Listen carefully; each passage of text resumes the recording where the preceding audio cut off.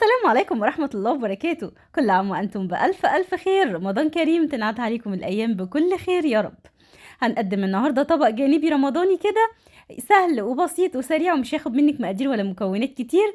ب3 مكونات هتعرفي تعمليه ومش هياخد منك وقت، وتقدري تعمليه من غير قلي ومن غير فرن. تابعيني للناس كل الله وصلي على الرسول عليه أفضل الصلاة والسلام. بسم الله الرحمن الرحيم. معلقة من السمنة، عليها معلقتين زيت، وربع كوباية من الحليب، وحطينا رشة من البيكنج باودر. تقدري تستغني عن رشة البيكنج باودر، مفيش مشكلة. لفة الجلاش بقى وهنبتدي نشتغل عليها، مش هناخدها كلها، هناخد جزء منها. انا لفة الجلاش الواحدة ممكن اعمل بيها اكتر من وصفة كمان. هناخدها بقى اقسميها كده بالطول نصين، وبعدين نقسمها كمان، يعني قطعتين الجلاش هنقسمهم 4 زي ما شفتي. دول قطعتين مش قطعة واحدة، قطعتين لازقين في بعض يعني. بعد ما قسمنا قطعتين الجلاش اللي لازقين في بعض دول 4، هناخد بقى اول قطعة وندهنها من الخليط ده.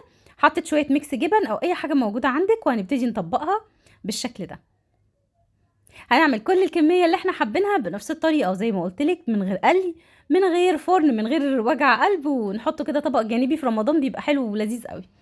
انا بسويها بس عشان شوهتها وانا بقطعها، ومش لازم اورق بين الورقتين وبعضهم، هما الورقتين بطبقهم في بعض كده زي ما انت شايفة. هنجيب بقى ورقتين كمان ونعمل معاهم نفس الطريقة، نقطعهم 4 اهو، ورقتين جلاش ونقطعهم 4 بنفس الطريقة.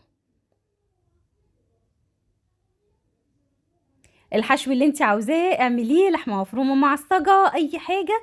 الوصفة دي لذيذة جدا، احسن من السمبوسك والحاجات اللي فيها قلي وكده. وناس كتير بتشتكي بمعدتها، القلي مش حلو ليها، واصلا هو القلي مش صحي.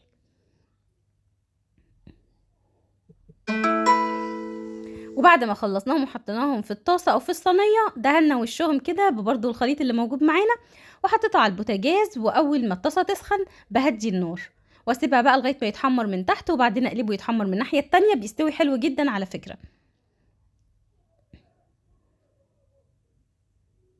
عملت كده الطبق الجميل ده بحاجات بسيطة خالص زي ما شفتي كده، سهل وبسيط وسريع، وزي ما قلت لك طبق جانبي كده، مقبلات لذيذة جدا في رمضان. لو في عزومة او مفيش عزومة بتبقى حلوة قوي. كده نكون وصلنا لنهاية الفيديو. اقطع لك بقى واحدة عشان اوريها لك من جوه. انا اخترت ميكس الجبن اللي هي الحاجة المتوفرة غالبا في اي بيت. مفيش احلى من كده، تحفة جدا، مقرمشة من بره ومن جوه طرية كده، والجبنة فيها دايبة خطيرة. اتمنى بقى الفيديو يكون اللي عجبكم. لو عجبكم ما تبخلوش عليا بلايك وباشتراك وبشير للفيديو. ورمضان كريم، والسلام عليكم ورحمة الله.